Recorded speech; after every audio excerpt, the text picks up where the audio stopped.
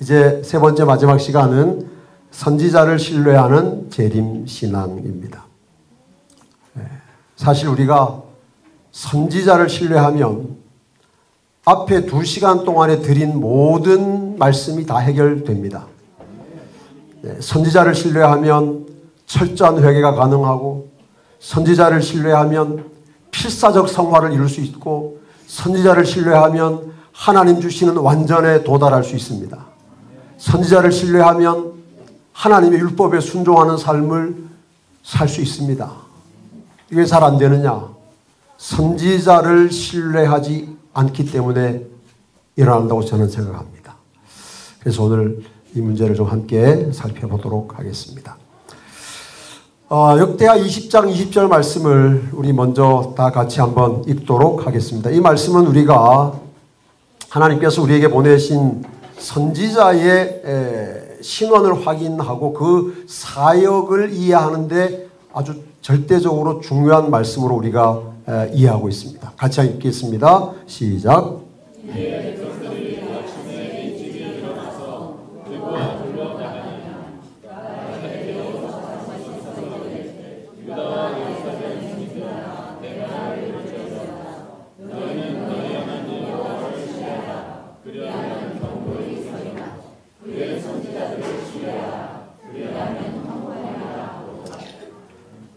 네, 여기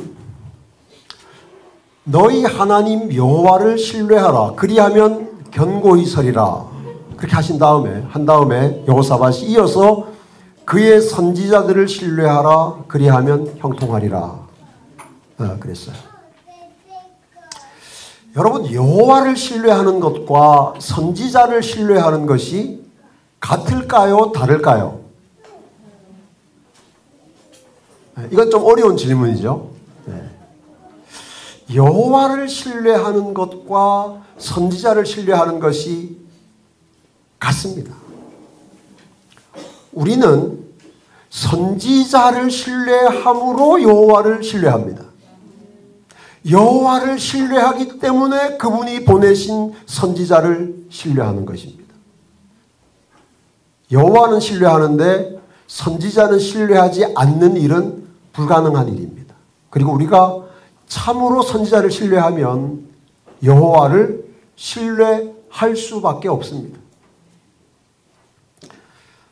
일단 요만큼 말씀을 드리고, 제가 이 역대하 20장의 이 본문의 배경을 좀 여러분들에게 설명을 드리도록 하겠습니다. 역대하 20장은 모압과 암몬과 마온 연합군이 유다를 침공하는 위기 상황으로 시작돼요. 그것이 1절과 2절에 기록되어 있는데, 이 국가적 재난 위기 앞에서 그때 유다 왕이었던 여호사밧이 금식을 선포하고 백성들에게 기도를 요청합니다. 3절과 4절에 기록이 되어 있고, 여호사밧이 드린 기도가 5절부터 13절에 꽤 긴 기도인데, 그 기도의 가장 핵심적인 내용은 12절입니다. 우리 하나님이여, 그들을 징벌하지 아니하시나이까? 우리를 치러 오는 이 큰 무리를 우리가 대적할 능력이 없고 어떻게 할 줄도 알지 못하옵고. 다 같이 시작. 오직 주만 바라보나이다. 이것이 여호사밧의 기도일 뿐 아니라 온 유다 백성의 기도입니다. 저 강대한 연합군이 침공해 오는데 우리에게는 방법이 없습니다. 그래서 어떻게 합니다? 오직 주만 바라봅니다.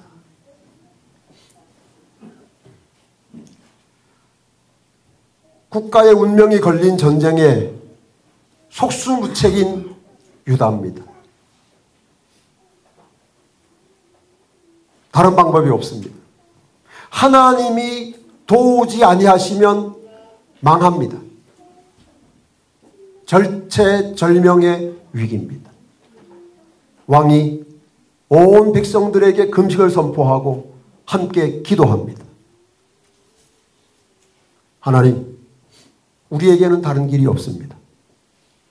오직 주만 바라봅니다. 주님께서 이 간절한 기도에 응답하셨어요?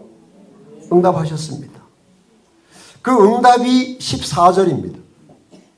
여호와의 영이 야하시엘에게 임합니다. 야하시엘. 여러분, 야하시엘 혹시 아십니까?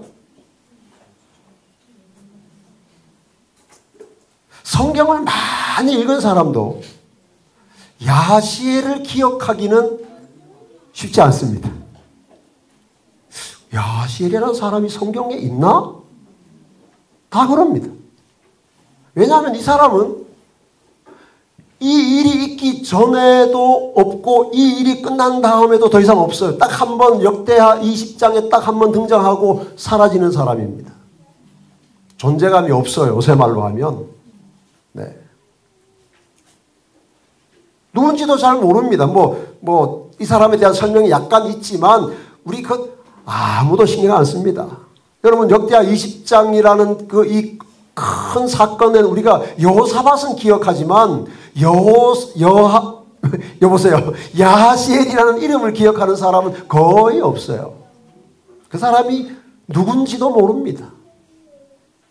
그런데 놀랍게도 여호와의 영이 누구에게 임했어요?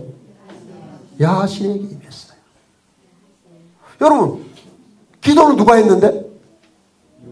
여호사밧이 했는데 응답은 누구에게 왔어요? 야하시엘에게 왔어요. 왜 하나님께서 여호사밧에게 직접 말씀하시면 되잖아요. 왕인데. 여러분, 여호사밧은 훌륭한 왕입니다. 믿음 있는 왕이에요. 이 국가적 재난의 위기 앞에서 어떤 인간적인 방편을 애굽으로 가서 동맹국을 찾거나 이렇게 하지 않고 무릎 꿇고 하나님께 기도하는 이렇게 신실하고 믿음 있는 왕이 어디 있어요? 찾아보기 어려워요. 그러면 하나님께서 당신의 영을 그냥 누구에게 바로 보내시면 돼요? 여호사밧에게 보내시면 되는데 이상합니다. 여호와의 영이 야하시엘에게 임합니다. 그러자 야하시엘이 하나님의 말씀을 여호사밧에게 전합니다. 그 내용이 이렇습니다. 이 전쟁에는 너희가 싸울 것이 없나니 대열을 이루고 서서 너희와 함께한 여호와가 구원하는 것을 보라. 유다와 예루살렘아, 너희는 두려워하지 말며 놀라지 말고 내일 그들을 맞서 나가라. 여호와가 너희와 함께 하리라 하셨느니라. 자, 여러분, 이 메시지를 하나님께서 미안해요. 하나님께서 바로 여호사밧에게 보내셨으면 간단합니다. 그런데 이 메시지가 누구에게 왔어요? 야하시엘에게 와서 야하시엘을 통해서 여호사밧에게 왔습니다. 그러면 이게 좀 복잡합니다. 뭐가 복잡합니까? 야하시엘? 믿어도 돼 이거? 여러분, 야하시엘은 엘리야와 엘리사 같은 선지자가 아닙니다. 이전에 야하시엘이 무슨 선지자로서 활동을 했거나 무슨 공을 세웠거나 예언을 했는데 성취가 되었거나 아무런 데이터가 없어요. 믿을 수 있다는 아무런 근거가 없는 사람인데 왔어요. 야하시엘이 하나님이 나한테 이런 메시지를 주셨는데 왕에게 전하라고 하셨습니다. 내용이 뭐냐? 이런 내용입니다. 결정해야 됩니다. 이 선지자를, 야하시엘이라는 무명의 선지자를 신뢰할지 거절할지, 이 메시지를 받아들일지 받아들이지 않을지 선택해야 합니다. 누가요? 여호사밧이.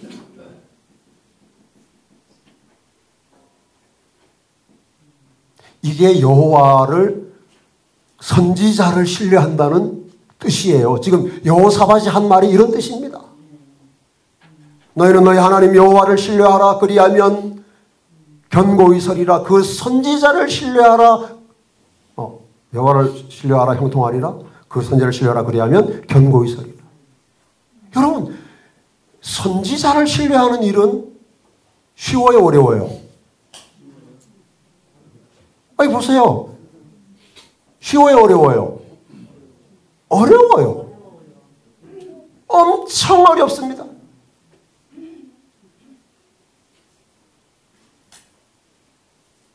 여러분, 여호사밧이 야하시엘이라는 선지자를 통해서 하나님이 보내신 기별을 받아들이는 것은요, 정말 어려운 일이고 자존심 상하는 일일 수 있어요. 여러분, 만약 생각해 보세요. 네? 이 진리회풀교회의 아무튼 영적인 지도자는 제일 높다고 할 수는 없겠지만 좌우간 김대성 목사님이 지도자시잖아요. 네? 근데 김대성 목사님이 열심히 기도를 하셨어요. 하나님, 우리를 하셨더니 하나님 영이 임하셨는데 누구에게 임하셨는가 하면 명노상 집사에게 임하셨단 말이에요. 우리 웃을 일이 아닙니다. 이게 진짜 바로 똑같은 일이에요. 하나님의 영이 명노상 집사에게 임해서 하나님의 뜻을 명노상 집사에게 말씀하셨어요. 그런데 명노상 집사 어떻게 해야 됩니까? 그 기별을 가지고 김대성 목사님이 가서 하나님께서 내게 이렇게 말씀하셨습니다. 전해야 되잖아요. 그럼 김대성 목사님 마음에 이게 뭐지? 왜 하나님이 나한테 대답 안 하시지? 저 같으면 굉장히 기분 나쁠 것 같아요. 여러분, 선지자를 신뢰하는 것도요, 어려운 일입니다.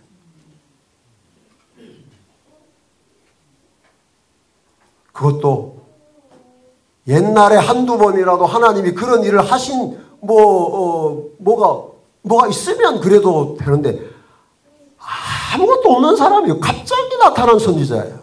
그러니까 우리 중에 아무도 야하시엘이라는 선지자가 있다는 걸 거의 기억도 못하는 사람인데, 여기 보세요. 이 국가의 운명이 결정되는 이 순간에 하나님이 야하시엘에게 기별을 주신 거예요. 그러니까 이 야하시엘을 하나님이 보내신 선지자로 받아들이느냐 받아들이지 않느냐에 따라서 유다의 운명이 결정되는 거예요.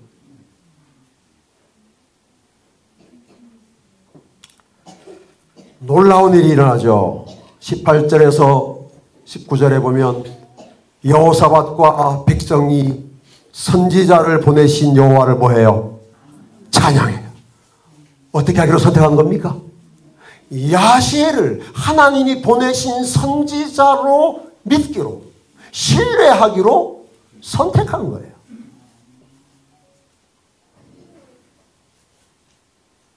야하시엘이 뭘 믿을 만한 무슨 하나님께서 보내신 무슨 라이센스를 가지고 와서가 아니고, 그들이 기도했을 때 하나님께서 어쩌면 그들이 전혀 기대하지 않았던 방법으로 응답하셨지만 야하시엘이 가지고 온 메시지를 하나님이 보내신 메시지로 인정하고 받아들인 것입니다.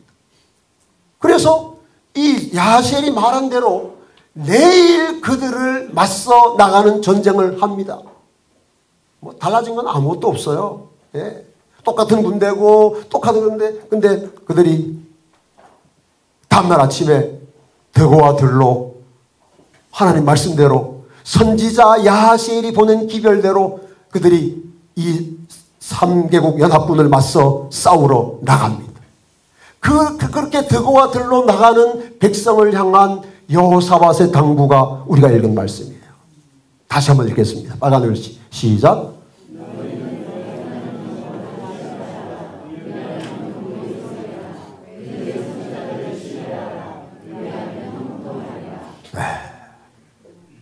너희는 너희 하나님 여호와를 신뢰하라. 그리하면 견고히 서리라. 그 선지자들을 신뢰하라. 하나님이 보내신 선지자들을 신뢰하라. 여러분, 지금 백성들이 덕어와들로 나가는 이유가 뭐예요? 왜 나가요? 갑자기 좋은 무기가 생겼어요? 없던 전략이 생겼습니까? 새로운 지휘관이 왔어요? 아니에요. 똑같아요. 그런데 그들이 어떻게 담대하게 나갈 수 있어요? 선지자를 신뢰하기 때문에. 선지자가 보낸 메시지를 신뢰하는 거예요. 내일 그들을 맞서 나가라. 여호와가 너희와 함께 하리라 하셨느니라.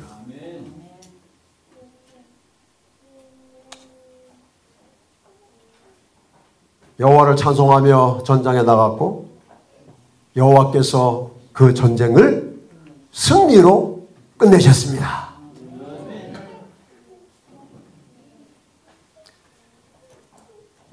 여러분, 이것이 선지자를 신뢰하는 겁니다. 선지자를 신뢰하는 것이 얼마나 엄중한 일인지 한번 생각해 보십시오. 선지자를 신뢰하는 것이 얼마나 중요한 일인지도 생각해 보십시오. 만약에 이때 여호사밧이 선지자를 무시했다면 뭘 알겠어?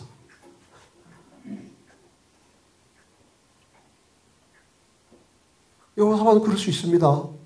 여호사밧은 훨씬 경험도 많고 직위도 높고 영향력도 크고 믿음도 좋은 사람이고 누가 봐도 훌륭한 사람인데 하나님께서 그가 드린 기도에 저 무명의 선지자 야하시엘에게 응답하셔서 야하시엘을 통해서 메시지를 보내셨어요.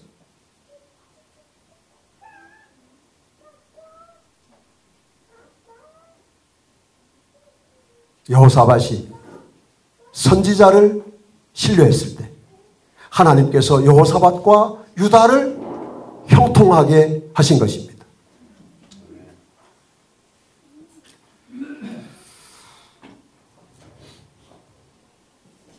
1844년의 대실망 이후에 거의 와해된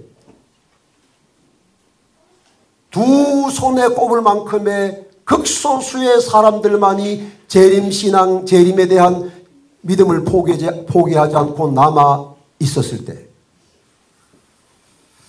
하나님께서 이 작은 무리에게 선지자를 보내셨습니다. 마치 여호사밧이 3개국 연합군 앞에서 아무것도 할 수 있는 일이 없다고 고백한 것과 같은 거의 비슷한 상황에서 우리가 어떻게 할 줄을 알지 못하고 오직 주만 바라본다고 고백하는 것과 같은 상황에서 하나님께서 남은 무리에게 재림 성도들에게 선지자를 보내셨습니다. 이것이 재림교회가 가지고 있는 신조입니다. 신조 18번입니다. 성령의 은사들 중에 하나는 예언하는 것이다. 이 은사는 남은 교회임을 확인하는 표징이며 그것은 엘렌 화이트의 봉사를 통해 나타났다. 하나님의 사자로서 그의 저술들은 지속적이고 또 권위 있는 원천으로서 교회의 위로와 인도와 교훈과 교정을 제공한다. 또한 그의 저술들은 성경이 모든 가르침과 경험들을 시험하는 표준임을 분명히 하고 있다. 여러분 이렇게 믿으십니까? 네, 혹시 우리 신조에 대해서 조금 불만이 있으신 분이 계세요? 당연히 그러실 분은 없겠죠. 자, 이것이 우리가 재림교회의 신조입니다. 이것이 우리의 신앙 고백이고 우리는 이렇게 믿어요. 네. 그런데 오늘 저는 초기 재림교회가 이 하나님이 보내신 선지자를 하나님이 보내신 선지자로 받아들이는 일이 얼마나 힘들고 어려운 일이었는지에 대해서 조금 더 여러분들에게 설명을 드리고 싶습니다. 여기 가려 뽑은 기별 1권 206쪽부터 207쪽까지 있는 내용을 제가 좀 긴 내용이지만 좀 같이 읽고 싶습니다. 우리 신자들 대부분이 얼마나 든든한 기초 위에 우리의 신앙이 세워졌는지 알고 있지 못하다. 엘렌 화이트이 쓴 내용입니다. 나의 남편은 누구죠? 엘렌 화이트의 남편이 누구예요? 제임스 화이트잖아요. 제임스 화이트. 그 다음에 조셉 베이츠. 조셉 베이츠는 사실 이때의 그 초기 재림교회의 적은 무리를 이끌어가는 리더였어요. 가장 나이도 많았고 또 이분은 그 당시에 목사였고 그 다음에 공부도 제일 많이 하신 분이에요. 사실 재림교회의 기초를 놓는 일에 가장 역할을 많이 하신 분이 조셉 베이츠죠. 그 다음에 피얼스 아버지. 이 피얼스라는 분은 그때 아주 존경받는 분이었기 때문에 이 작은 그룹이 그분을 부를 때 그냥 아버지라고 불렀습니다. 피얼스 아버지. 하이람 에드슨 목사. 하이람 에드슨 우리가 아는 그분입니다. 이렇게 아주 소수의 목사 및 초기 지도자들은 통찰력이 예민하고 인격이 고상하며 진실한 인물들로서 저들은 1844년에 시련기를 겪은 후에 마치 숨은 보화를 찾듯이 진리를 탐구하였다. 나는 저들과 접촉하였으며 우리는 함께 연구하고 열심히 기도하였다. 때때로 밤늦게까지 남아있을 때가 있었으며 어떤 때는 밤을 꼬박 새우면서 빛을 받기 위해 기도하였고 말씀을 연구하였다. 이때 이분들이 얼마나 간절하게 열심히 말씀을 연구했을지는 우리가 이 상황을 미루어 짐작할 수 있습니다. 그렇게 간절히 기다렸던 예수님의 재림은 이루어지지 않았고 이제 온 세상으로부터 처절하게 버림받고 떠돌림 당해서 이제 정말 살아갈 무슨 아무 방도도 없는 상황이에요. 그런데 그때에도 이들이 말씀을 버리지 않은 거예요. 말씀 안에서 이 문제에 대한 답을 찾기 위해서 모여서 밤을 꼬박 새우면서 빛을 받기 위해 기도하고 말씀을 연구했는데 이 성경 연구 그룹 안에 누가 있었던 거예요? 엘렌 화이트이 있었던 거예요. 이때 엘렌 화이트의 나이는 몇 살인가? 17살입니다. 17. 여기 혹시 17살 있어요? 17살? 네. 17살.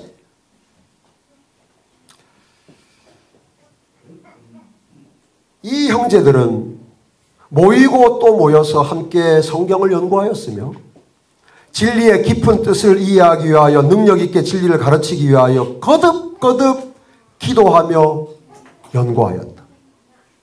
저들이 우리는 이 이상 어떻게 할 수 없다는 말을 하게 될 연구 지점에 이르렀을 때 주님의 영께서 나에게 임하셨으며 나는 계시를 받게 되었고 우리가 연구하여 오던 성경절에 대한 뚜렷한 설명을 나에게 주셨고 이에 따라서 우리가 일해야 할 방법과 효과적으로 가르칠 방법에 관하여 교훈의 말씀을 주셨다.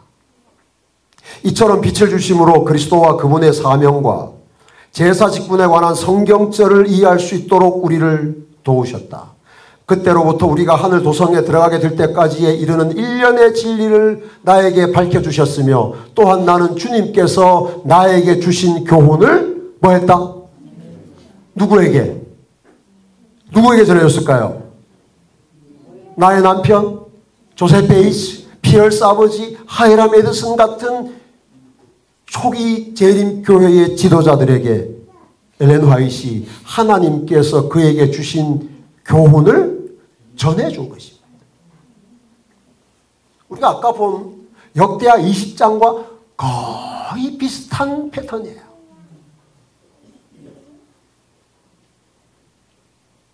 물론 엘렌 화이트 여기 있지만 성경 연구를 이끌어가는 사람은 엘렌 화이트 아니에요. 그때 엘렌 화이트는 17살 소녀에 불과하니까 잘 몰라요. 얼마나 모르는가 여러분 보십시오. 이어지는 말씀입니다. 이 모든 기간에 나는 우리 형제들이 추리하는 논법을 이해할 수 없었다. 과거에도 그랬던 것처럼 나의 정신은 어두웠으며 우리가 연구하고 있던 성경절의 의미를 전혀 이해할 수 없었다. 누가요? 선지자가.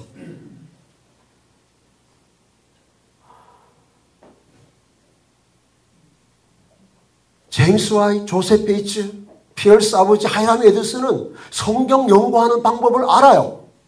이건 이렇게 대조해야 되고 관주를 어떻게 써야 되고 다니엘서와 계시록을 어떻게 비교해야 되고 알아요.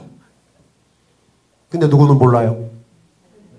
선지자는 몰라요. 나의 정신은 어두웠으며 우리가 연구하고 있던 성경절의 의미를 전혀 이해할 수 없어요. 그러니까 그 성경 연구 그룹에 선지자가 있는데 선지자는 꽂아놓은 보리자루 같은 존재예요. 말하자면. 왜냐하면 못 알아들으니까. 성경절의 의미를 모르니까. 바로 이 점이 내 생애의 가장 큰 슬픔 중에 하나였다. 우리 신앙의 모든 중요한 요점들이 하나님의 말씀에 일치한다는 사실이 밝혀질 때까지 나의 정신 상태는 언제나 어두운 가운데 있었다. 그 다음에 여러분 중요한 거예요. 형제들은, 여기 형제들은 누구예요? 조셉 베이츠, 제임스 와이, 피얼스 아버지, 하이람 에드슨, 이런 분들이 나이도 많고 공부도 많이 했고 이미 목사이고 어른들인 형제들은 계시가 없이는 내가 이런 사실들을 이해하지 못한다는 것을 알고 있었으며 그들은 내가 받은 계시들을 하늘이 직접 주신 빛으로 받아들였다.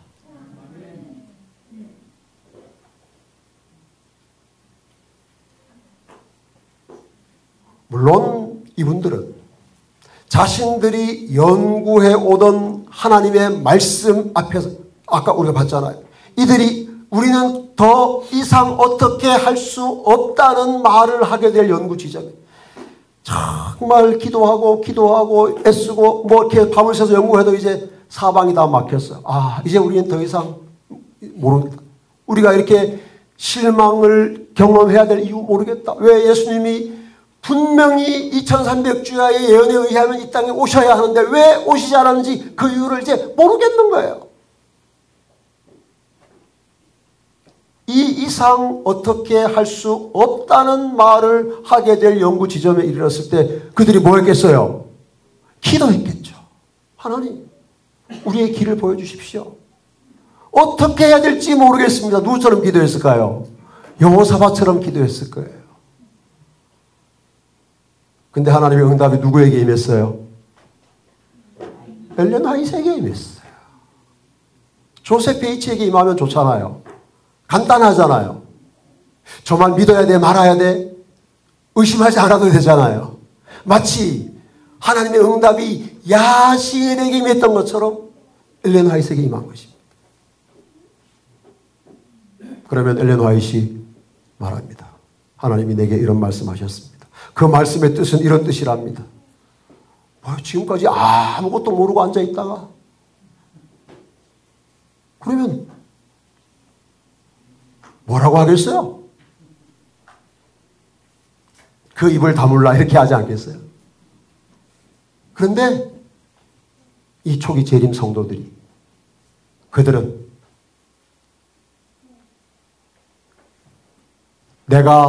형제들은 계시가 없이는 내가 이런 사실들을 이해하지 못한다는 것을 알고 있었으며 저들은 내가 받은 계시를 하늘이 직접 주신 빛으로 받아들인 것입니다. 여러분, 재림신앙은, 재림교회는 이렇게 하나님이 보내신 선지자를 신뢰함으로 기초가 놓여진 거예요. 하나님께서 선지자를 통해서 이 적은 무리를 인도해 오신 것입니다.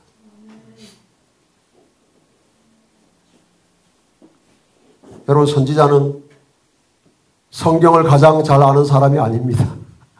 그렇죠? 성경을 제일 모르는 사람을 하나님께서 선지자로 쓰셨어요. 놀라운 일입니다. 놀라운 일입니다. 그런데 이 우리의 믿음의 선배들은 이 사람은 하나님이 주신 빛이 아니면 이 말씀을 이해할 수 없기 때문에 오히려 선지자를 신뢰하기로 결심한 거예요. 여러분, 제 말이 이해가 되십니까? 와, 이게 제가 말하면서 저도 이해가 잘 안 돼요. 이게 가능한 일인가? 오늘날 우리 시대에는 이게 말이 안 되는 일이에요. 여러분, 재림교회가 선지자를 신뢰하는 일은 실로 어마어마한 일입니다. 상식을 벗어나는 일이에요.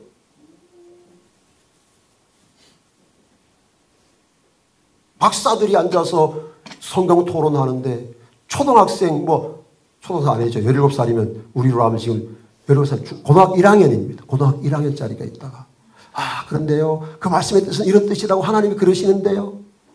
그거를 신뢰한 것이 재림신앙이에요.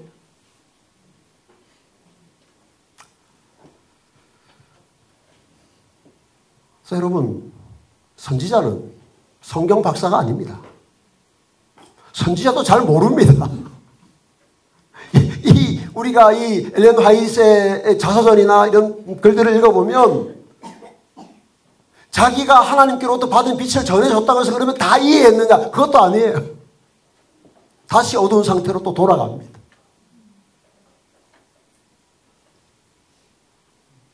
그래서 어떻게 보면 말이죠. 엘렌 화이트를 하나님이 우리에게 보내신 선지자로 믿고 신뢰한다고 하는 것은 어마어마한 모험입니다. 물론 지금은 아니에요. 지금은 아닙니다.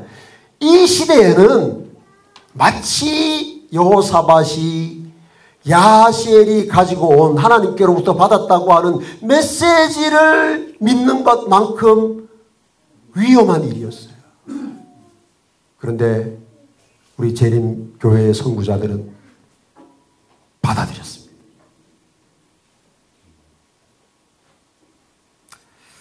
제가 좀 정리를 해봤습니다. 초기 재림교회, 이제 아주 우리 재림교회 가장 중요한 교리들이 형성되던 1844년부터 1848년까지 이 기간에 재림교회가 신뢰한 선지자는 대략 이런 분이에요. 17살에서 21살까지의 어리고 경험이 없는 19살까지는 소녀, 19살부터 21살까지는 세댁. 결혼했으니까. 제임스 화이트하고 19살에 결혼했으니까. 근데 자기가 가래보면 기별에 기록한 것처럼 몰라요. 이 모든 기간에 나의 정신 상태는 어두웠다는 거예요. 나는 하나님 말씀을 잘 이해하지 못하고 형제들이 연구하는 방법도 모르고 그런 상태에 있는 선지자. 하나님이 그 선지자를 통해서 우리에게 가야 할 방향을 보여주신 것입니다. 받은 교육이 초등학교 3학년이 전부인 선지자. 자주 쓰러지고 각혈하는 병약한 선지자. 놀랍죠? 여러분, 이런 선지자가 건강기별을 보내셔가지고 이렇게 하면 건강하게 삽니다. 사실 우리가 엘렌 화이트가 얼마나 평생 두통에 온갖 병에 시달리고 사는 걸 생각하면 건강기별 못 믿습니다. 못 믿어요. 결정적으로 다른 사람들이 아는 성경 연구 방법을 누구만 몰라요? 선지자만 몰라요. 다른 사람들이 아는 성경 구절의 의미를 누구만 몰라요? 선지자만 몰라요. 그런데 초기 재림교회는 그 선지자를 통하여 주신 하나님의 기별을 우리에게 보내신 빛으로 받아들이고 순종하기로 결심한 것입니다. 놀라운 믿음이고 정말 놀라운 선택입니다. 여섯째로, 그때까지 받은 계시와 기별이 참이라는 사실이 전혀 입증되지 않았어요. 시간, 몇 개, 이게 이렇게 좀 데이터베이스가 쌓여야 이게 진위가 가려질 거 아니에요? 근데 없어요. 그리고 너무 어려서 지금은 굉장히 믿음이 좋아 보이는데 앞으로 저 사람 어떻게 될지 몰라요. 별로 신뢰가 안 가는 거죠. 그런 선지자를 조셉 베이츠, 하이람 에드슨, 제임스 화이트, 피어스 아버지와 같은 재림교회의 기초를 놓은 우리의 선배들은 하나님이 보내신 기별자로 받아들인 것입니다. 이것이 선지자를 신뢰한다는 의미예요. 물론 지금 우리는 이런 선지자를 신뢰하지 않아도 됩니다. 왜냐하면 오늘 우리가 신뢰해야 할 선지자는요. 한번 보겠습니다. 1844년에 첫 이상을 본 이후 1915년까지 70년 동안 신실하고 충성스러운 삶을 살고 믿음 안에서 잠든 선지자예요. 그의 온 삶이 충분히 다 그의 기별을 입증할 만큼 다 드러난 사람이에요. 가려진 게 없어요. 여러분, 만약에 제가 64살까지 이렇게 더 선명한 재림신학을 막 설교하고 막 하다가 65살 돼가지고 재림신학은 가짜다, 이렇게 말하고 나면 여러분이 제가 64년 동안 믿고 전한 기별을 귀하게 여기시겠어요? 절대 그러지 않죠. 여러분, 엘렌 화이트는 그의 평생의 삶을 통하여 하나님이 그에게 주신 기별이 얼마나 신실하고 정확하게 이루어졌는지를 이미 다 이제 우리 앞에다 드러내 보인 선지자예요. 그러므로 이 선지자를 신뢰하는 것은 1844년 당시에 우리의 믿음의 선배들이 선지자를 신뢰하던 것과 전혀 다르죠. 2000회 이상의 계시로 받은 빛과 기별을 남은 교회에 전달한 선지자. 80권의 책, 200권의 소책자와 팸플릿, 4600쪽에 달하는 정기간행물 기사, 6000쪽에 달하는 원고 모두 합해서 10만 쪽의 기록을 남긴 선지자예요. 그런데 이 모든 기록에 일관성이 있을 뿐 아니라 성경과 조화되고 일치하는 기별을 남긴 선지자예요. 이런 선지자를 신뢰 못하면 이상한 거죠. 그렇지 않아요, 여러분? 여러분, 김대성 목사님이 책 많이 쓰셨잖아요. 많이 쓰셨잖아요. 그렇죠? 그렇게 많은 책으로, 그렇게 많은 영상으로, 설교로 이 복음을 그렇게 충분히 드러내 주셨어요. 저 어제 누굽니까? 오정택 목사님 간증을 제가 들었습니다. 어젯밤에 올라가서 이제 자려고 누웠는데 그 목사님 보내주셔가지고 제가 봤는데, 와, 그게 중단할 수가 없더라고요. 그래서 1시간 동안 다 봤습니다. 근데 그분이 어떤 동영상은 50번 들었다고 그러더라고요. 50번. 그러니까 그만큼 어마어마한 데이터가 쌓여 있어서 이 선지자가 정말 우리가 신뢰할 만한 분인지 아닌지를 충분히 근거를 이미 딱 남겨놓으셨다는 거예요. 10만 쪽. 상상이나 하시면 여러분, 아마 여기 대부분의 분들이 A4 5장의 글도 아마 써보신 적이 잘 없을 거예요. 10장은 거의 없을 겁니다. 저는요, 작년엔가 언제 목사님이 연화에 글 하나 쓰라고 그래서 제가 평생 처음으로 제일 긴 글을 썼어요. 30페이지짜리. 진짜 죽는 줄 알았습니다. 그래서 제가 다시는 안 한다고 그랬어요. 목사님, 저 이게 다시는 못합니다. 진짜 못합니다. 목사님, 저 다시 하라고 하지 마세요. 우와. 마틴 루터가 그렇게 글을 많이 썼다고 그러잖아요. 근데 정확한 건 모르지만 마틴 루터가 평생 그렇게 많은 글을 썼는데 다 모아보니까 25,000페이지더라고요. 정확한 건 제가 모릅니다. 저도 들었어요. 10만 쪽의 기록을 남겼는데 이 10만 쪽의 기록에 일관성이 있고 성경과 일치하고 조화됩니다.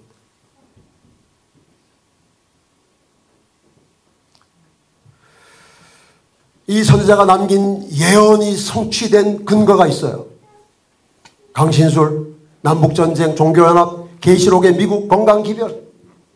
1844년 당시에는 예언을 한 것도 없지만 했다 하더라도 그것이 성취되었다는 근거가 없는데, 증거가 없는데, 우리는 이미 충분한 증거를 가지고 있기 때문에 선지자를 그때보다 훨씬 더 쉽게 신뢰할 수 있는 것이죠. 여섯째, 자신의 잘못과 인간적 연약함을 솔직하게 인정하고 고백한 선지자. 여러분, 이 선지자는요, 자기의 약점과 잘못을 감추고 자기가 아주 믿음 있고 신실한 것처럼 그렇게 과장하지 않아요. 포장하지 않았어요. 솔직한 자신의 인간적 연약함을 다 그대로 인정하고 드러낸 선지자. 그리고 남긴 기별로 사후 100년이 넘도록 남은 교회를 여전히 하나님이 그에게 보내신 기별을 통하여 지도하고 인도하는 선지자입니다.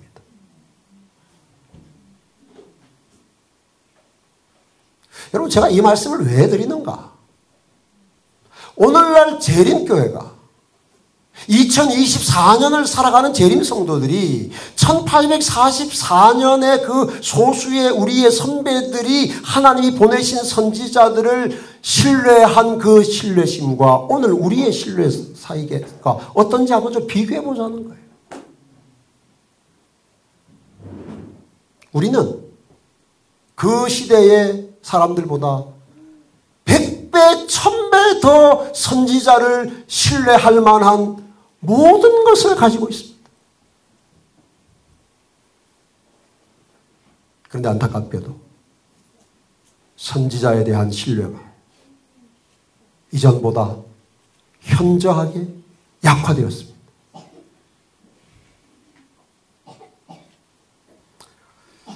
저는 이것이 정말 오늘 우리 한국재림교회가 직면한 가장 두렵고 심각한 문제라는 위기의식을 늘 가지고 살아갑니다.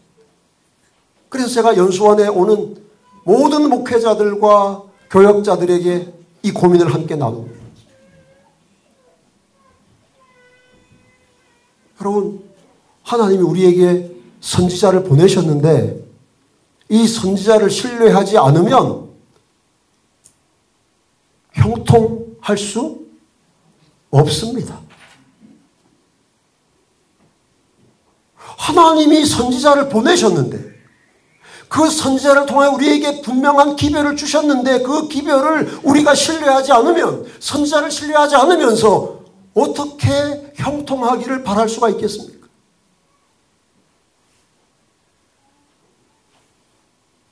여호사밧이 야하시엘을 선지자로 인정하지 않았다고 생각해 봅시다. 여호사밧이 야하시엘을 통하여 하나님 보내신 기별을 거절했다고 생각해 봅시다. 그러면 유다의 운명이 어떻게 됐겠습니까? 다른 해결책이 있었을까요? 다시 오늘 2024년의 한국재림교회가 하나님이 보내신 선지자를 신뢰하지 않는다면 우리는 어떻게 되겠습니까? 우리에게 무슨 희망이 있겠어요? 하나님이 이미 선지자를 통하여 우리에게 주실 모든 빛과 기별을 넉넉하고 충분히 주셨는데 우리가 이 소중한 기별을 등한히 한다면, 이 선지자를 무시한다면, 외면한다면 우리에게 무슨 희망이 있겠습니까?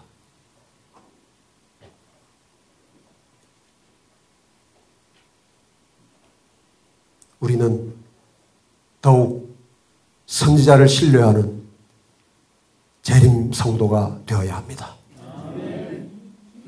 뭐 사람들이 뭐라고 하든, 뭐 왜 성경을 안 믿고 뭐라고 하냐, 무슨 교주가 있냐, 많은 이야기 우리가 듣습니다. 그러나 그거 중요하지 않아요.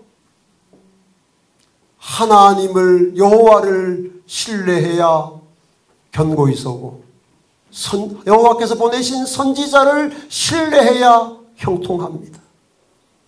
우리가 세상의 여러 복잡한 소리에 귀를 기울이다가 선지자를 향한 신뢰를 잃어버리는 것은 우리에게 임할 수 있는 가장 두려운 재앙이라고 저는 생각해요.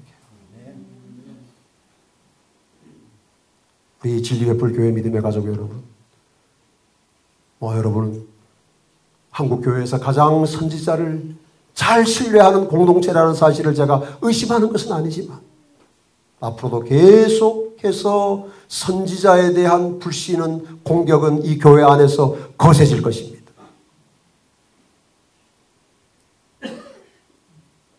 최전선에서 선지자를 신뢰하는 재림신앙의 최전선에서 힘껏 싸우시는 진리의 불교회가 되어주시기를 간절히 바랍니다.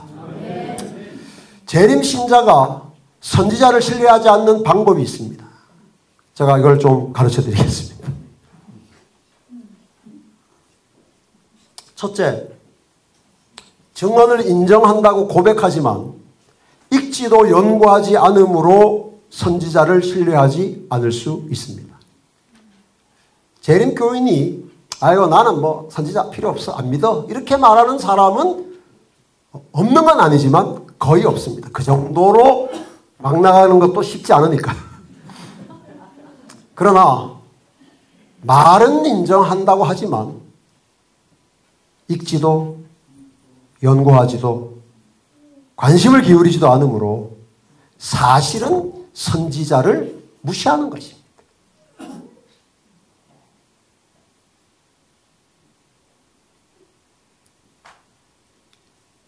선지자를 신뢰하는 출발점은 하나님께서 선지자를 통해 주신 기별을 가까이 하는 거예요.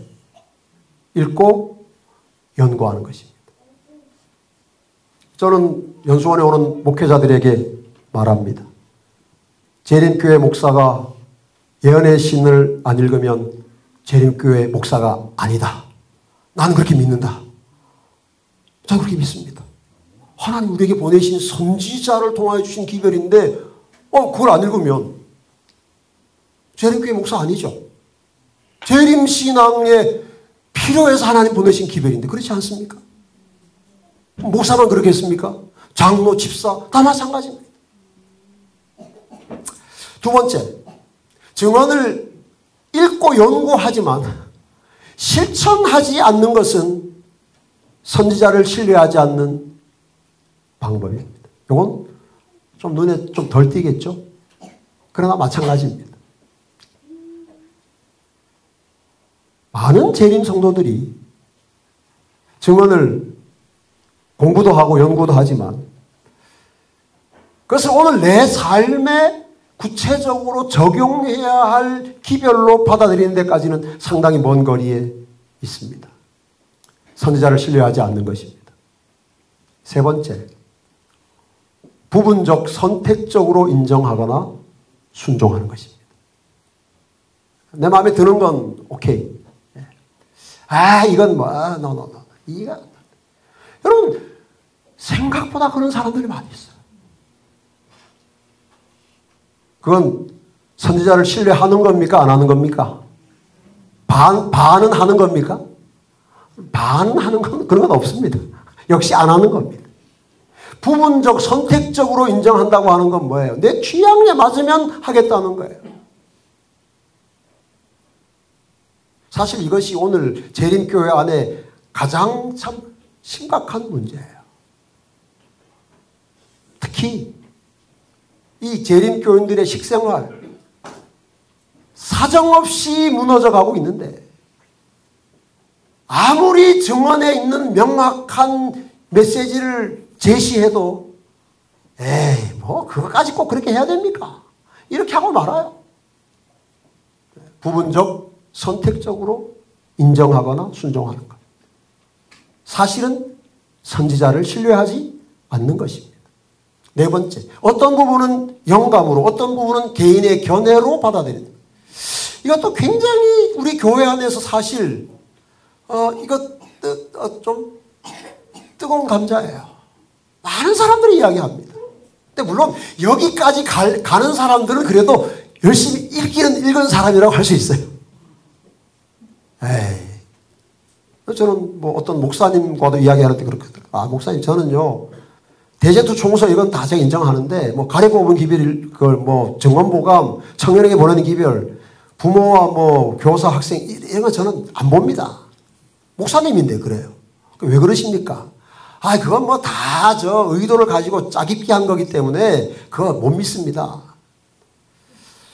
상당히 뭐, 이렇게 지혜로운 말 같은데 저는 그렇게 생각이 되지 않아요. 어떤 부분은 영감으로, 어떤 부분은 개인적 견해로 이렇게 자꾸 구분을 하려고 하는데 사실 이것을 구분하는 것은 제가 보기에는 불가능해요. 어떻게 알아요? 뭐 선지자가 이건 영감이다, 이건 개인적 견해다라고 말하지 않았는데 많은 사람들이 자기 나름대로 그걸 가지고 이렇게 구분해, 이렇게 하는 이유가 뭘까요, 여러분? 선지자를 더 신뢰하기 위해서일까요? 할 수만 있으면 덜 신뢰하기 위해서일까요? 예? 덜 신뢰하려고. 어떻게 해서든지, 아, 요거는 개인적 견해니까 그냥 안 해도 돼. 이렇게 하기 위해서 자꾸만 이렇게 하는 거거든요. 이게 지금 이 교회, 우리 재림교회 안에 굉장히 이렇게 자꾸 일어나는 현상입니다. 학자들의 주장을 증언보다 더 신뢰, 또 증언이 꼭 필요한 것은 아니라고 생각함으로 마침내 증언을 부정함으로 재림신자도 선지자를 신뢰하지 않을 수 있습니다. 하나님이 보내신 선지자를. 여러분은 이 중에 혹시 어디에 포함이 되시는지 한번 살펴보시고 만약에 어디 하나라도 포함이 되신다면 오늘 마음을 새롭게 하시기를 바랍니다.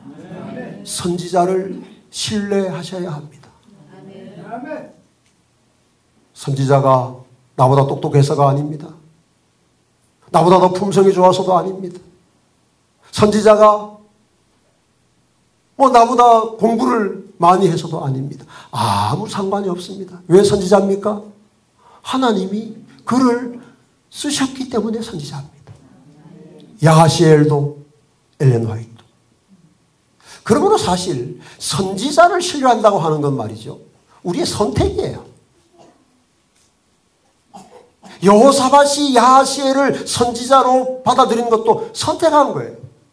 그래서 근거가 없어요. 하나님이 보내신 증명서가 없다니까요. 그가 기도했고 그가 그 기도에 대한 응답을 가지고 왔을 때 여호사밧은 그를 하나님이 보내신 선지자로 인정한 것입니다. 신뢰하기로 결심한 것입니다. 그리고 말했습니다. 너희는 너희 하나님 여호와를 신뢰하라. 그리하면 견고히 서리라. 그 선지자들을 신뢰하라. 그리하면 형통하리라. 진리의 불교회는 선지자를 신뢰하기로 선택함으로 하나님을 신뢰하는 교회, 그분이 보내신 선지자들을 신뢰하는 교회가 되시기를 간절히 바랍니다. 요거는 제가 그냥 좀 지나가겠고요. 요거 뭐 제안입니다. 예언의 신의 증언을 구비하라. 뭐 진리의 불교회 장로님은 다 가지고 계실 거라고 생각합니다. 특히 우리 조명준 장로님이 홈 라이브러리 제작하시니까 다 있을 거라고 생각합니다. 규칙적으로 읽어야 하고요. 증언의 기별을 실천해야 하고, 제가 좀 말씀드리고 싶은 건 네 번째입니다. 내가 실천하지 못하는 증언도 인정하고 존중해야 합니다. 이것이 지금 재림교회의 정말 안타까운 것 중에 하나예요. 내가 실천하면 그것은 강조하고 인정하는데 내가 잘 못해요 지금. 그러면 그거 꼭 그렇게까지 안 해도 됩니다. 이렇게 자꾸 핑계하는 경향이 있어요. 많은 성도들에게 나타납니다. 그래서 여러분, 우리가 오늘 당장 하나님의 말씀에 온전히 순종하는 삶을 살지 못한다 할지라도 무엇을 인정해야 되는가 하면 내가 순종하지 못하는 것이 잘못되었다는 건 인정해야 돼요. 조금 더 구체적으로 말씀드리면, 예를 들어서 아직 내가 육식을 한다. 육식할 수 있어요. 그런데 육식하는데 뭐가 잘못됐는데 이렇게 하면 안 돼요. 고기를 먹어요. 근데 고기를 먹는 건 최선은 아니야. 하나님은 내가 언젠가는 고기를 먹지 않기를 바라셔. 그걸 인정하라는 거예요. 그런데 오늘날 우리 재림교회 안에 이런 정신이 자꾸 사라져서 내가 안 하면 그 기별 자체를 부정하려고 하는 현상들이 자꾸 나타나. 여러분, 우리가 진짜 어떻게 될지 모릅니다. 우리가 이렇게 살면요, 우리가 이렇게 선지자가 우리에게 주신 기별을 그냥 적당히 뭉개고 가면요, 재림교회가 살겠습니까? 그렇다고 교회가 망하지는 않겠지만, 교회는 남겠지만 우리는 어떻게 될까요? 정말 두려운 일 아닙니까, 이거?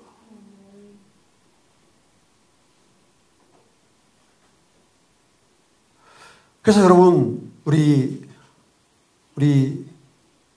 진리횃불교회도 아직 우리가 하나님 우리에게 보내주신 기별의 표준에 도달하지 못하는 많은 것들이 있을 거예요. 왜 없겠어요? 네, 있어요.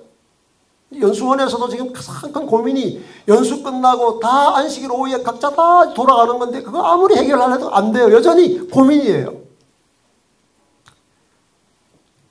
제가 말씀드리고 싶은 그겁니다. 오늘 우리가 당장 그 모든 표준에 도달하지 못한다 할지라도 하나님이 우리에게 주신 기별에 도달하지 못하는 것이 잘못됐다는 인식을 가지고 살아야 그것을 고치려고라도 노력을 하지. 자꾸 핑계하고 사람이 다 할 수 있냐 이렇게 아이고 선지자가 그렇게 미주알 고주알 잔소리가 많으냐 이렇게 하면 거기서 끝나지 않아요. 여러분, 재림교회가 채식 포기하면 무슨 정결한 고기 먹는 데서 끝날 줄 아십니까? 소고기 지나서 돼지고기로 간 거예요. 해산물 잔뜩 쌓아놓고 먹는다고요. 이게 하루아침에 그렇게 된 게 아닙니다.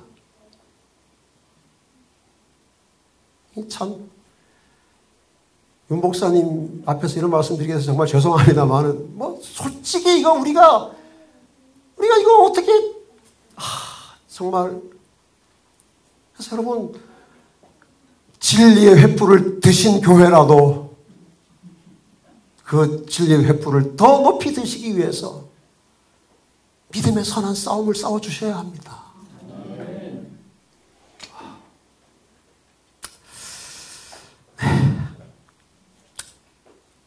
시간이 가서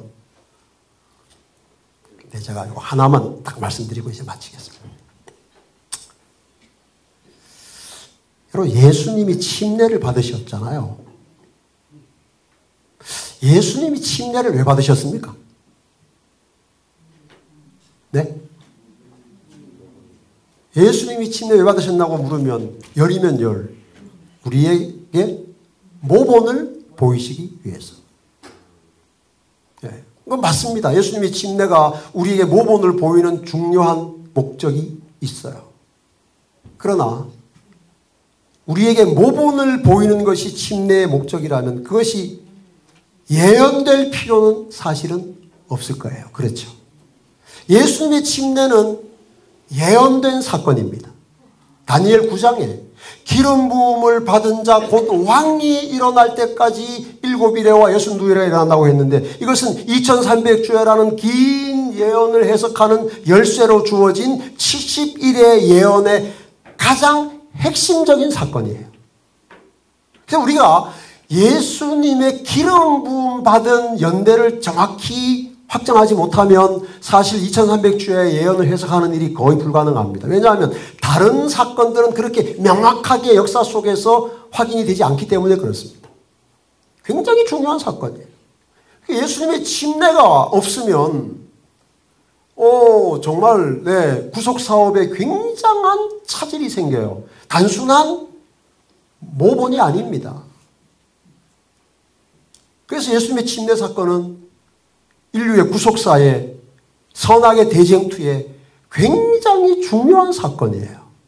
그런데 우리가 그 사건을 잘 이해하지 못합니다. 저도 오랫동안 그랬어요.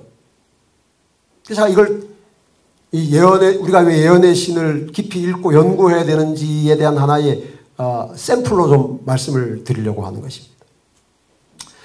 여러분, 예수님의 침례는 마태, 마가, 누가, 공관복음에 다 기록되어 있습니다.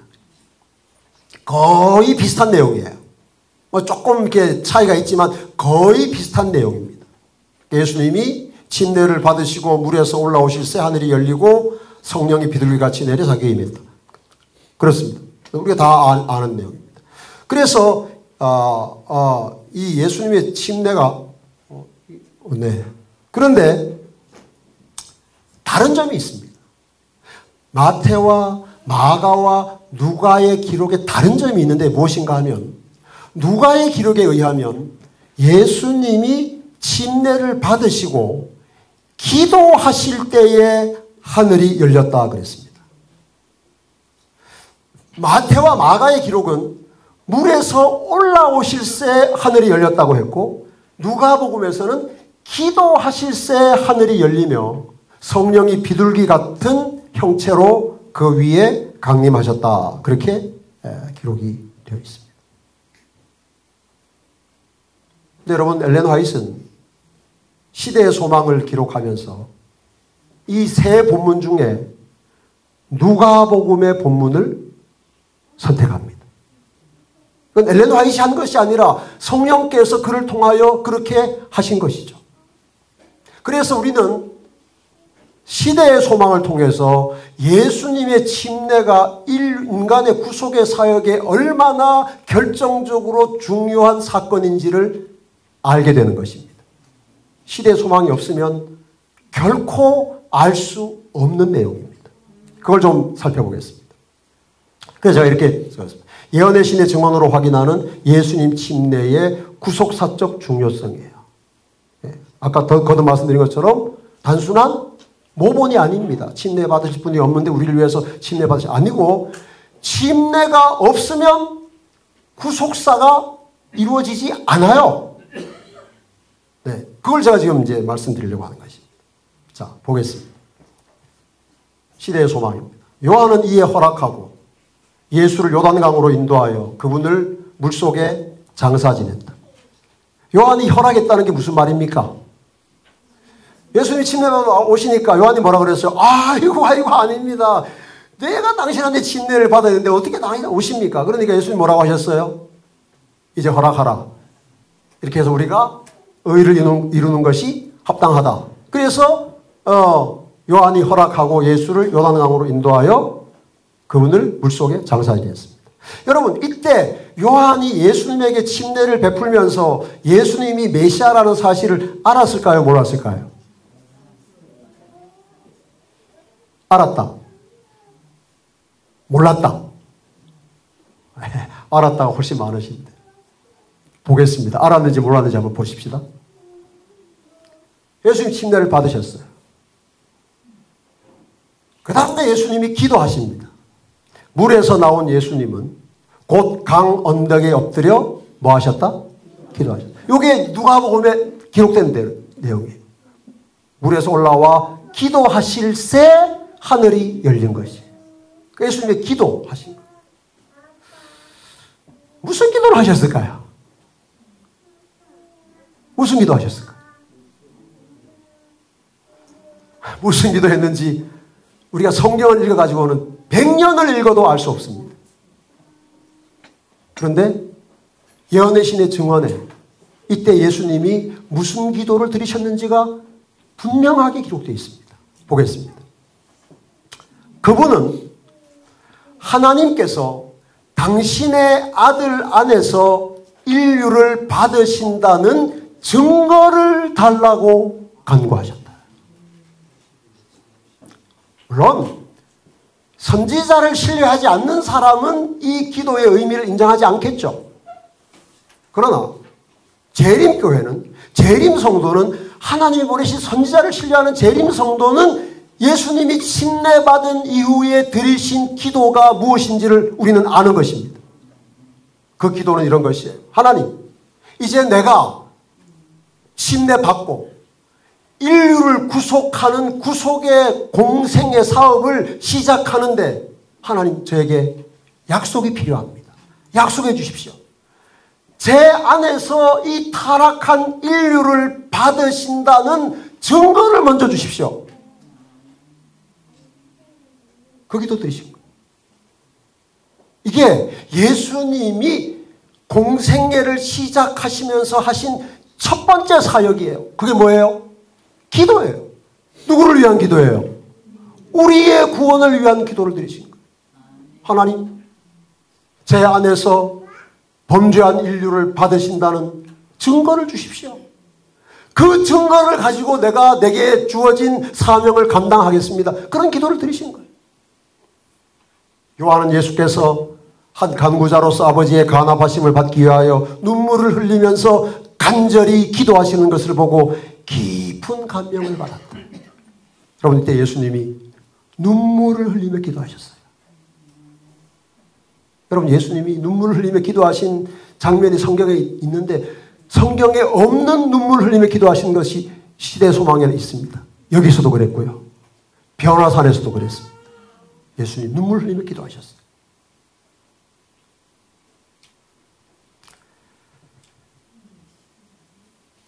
이 기도의 응답으로 성령이 임하신 것입니다.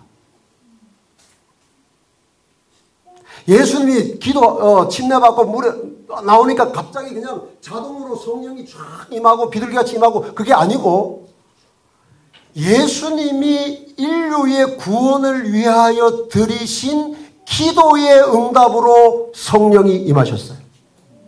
아버지의 영광의 빗줄기가 직접 보좌에서 흘러나온다. 하늘이 열리고 구주의 머리 위에 온유하고 겸손하신 그분에 대한 적절한 표상인 비둘기 같은 가장 순결한 빛의 모양이 내려온다. 이때 사도행전 10장 38절에 기록된 하나님이 나사렛 예수에게 성령과 능력을 기름 붓듯 하셨다는 말씀이 우리가 아까 본 다니엘서 9장에 기록된 기름 부음 받은 자 곧 왕이 일어날 것이라는 다니엘 9장의 예언이 이때 성취된 거예요. 그러니까 여러분, 다니엘 9장에 기름 부음 받은 자 곧 왕이 일어나는 예언의 성취는 예수님이 침례 받으신 후에 드리신 기도의 응답으로 성취된 거예요. 침례와 함께 자동으로 된 게 아니라 예수님이 침례 받으시고 드리신 기도의 응답으로 성령이 임하셨고, 그래서 하나님께서 예수에게 성령과 능력을 기름 붓듯 하신 것입니다. 그리고 이어서 하나님의 보다 직접적인 응답이 임합니다. 열린 하늘에서 한 소리가 있어 이르기를 이는 내 사랑하는 아들이요 내 기뻐하는 자라. 여러분, 우리가 이 말씀, 이 배경 모르고 들으면 예수님이 예수님이 그냥 하나님이 그냥 예수님한테 한번 사랑한다고, 그래 내 아들 사랑한다, 전혀 그게 아니고요. 예수님이 드리신 간절한 기도, 당신의 아들 안에서 이 타락한 인류를 구원하시겠다는 증거를 달라는 예수님의 기도의 응답으로 하나님이 말씀하신 거예요. 너는 내 사랑하는 아들이요 내 기뻐하는 자라. 무슨 뜻이에요? 너의 구속 사역을 통하여 내가 타락한 온 인류를 받겠다는 확정을 주신 거예요. 이게 예수님의 침례. 하나님의 영광이 예수를 감싸고 하늘에서 소리가 들렸을 때에 요한은 하나님께서 약속하셨던 표적을 알아보았다. 요한은 자기가 침례를 베풀어 준 분이 세상의 구주라는 것을 알았다. 침례 줄 때 알았다 몰랐다? 몰랐어요. 침례는 요한은 자기가 예수님 신뢰를 주면서도 그분이 메시아인 줄 몰랐어요. 메시아일 것을 기대는 했을 거예요. 그러나 몰랐어요. 어떻게 알게 됐어요?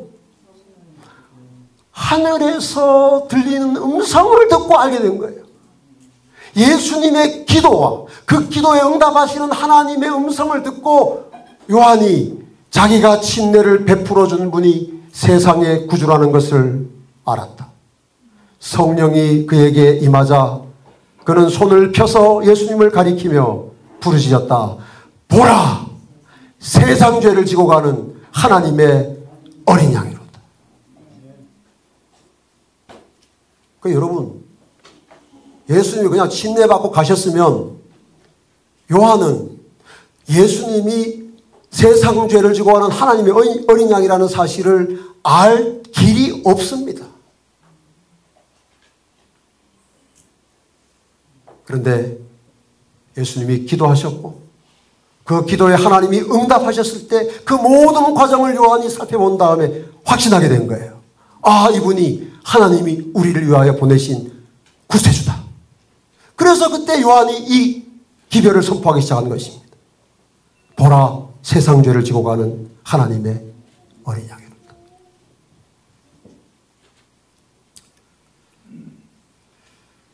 여러분, 우리가 예언의 신의 증언이 없으면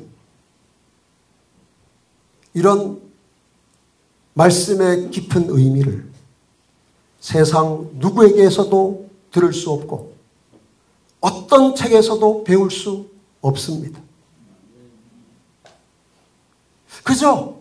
그냥 우리에게 모본을 보이시기 위하여 그냥 지나갈 법한 큰 의미가 없어 보이는 이 예수님의 침례라는 사건이 사실은 인간의 구속의 역사에 그리스도의 공생애의 출발점이고 그 기도의 응답으로 오늘 우리가 하나님의 백성으로 살아가고 있는 거예요.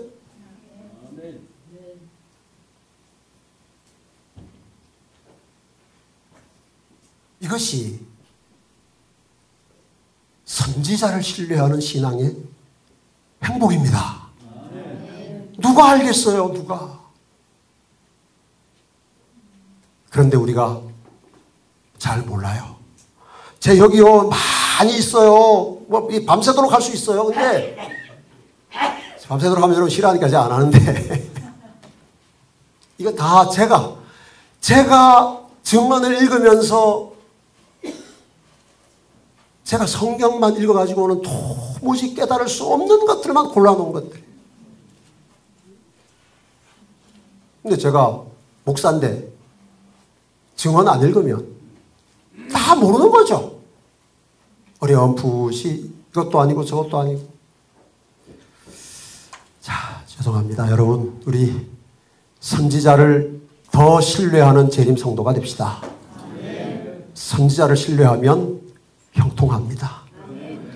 무슨 이유를 대든 핑계를 대든 선지자를 무시하고 외면하면 망합니다. 다른 길이 없습니다. 그러므로 여러분, 우리 선지자를 신뢰하기로 선택합시다. 결심합시다. 선지자가 공부 너무 많이 하셨기 때문이 아닙니다. 선지자가 대단한 분이기 때문도 아닙니다.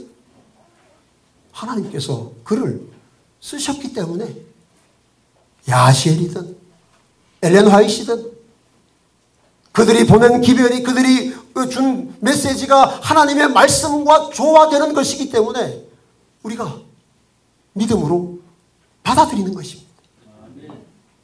이렇게 선지자를 더 신뢰하는 신앙으로 우리의 재림 신앙이 더 날로 더 선명해지기를 주님의 이름으로 축원합니다.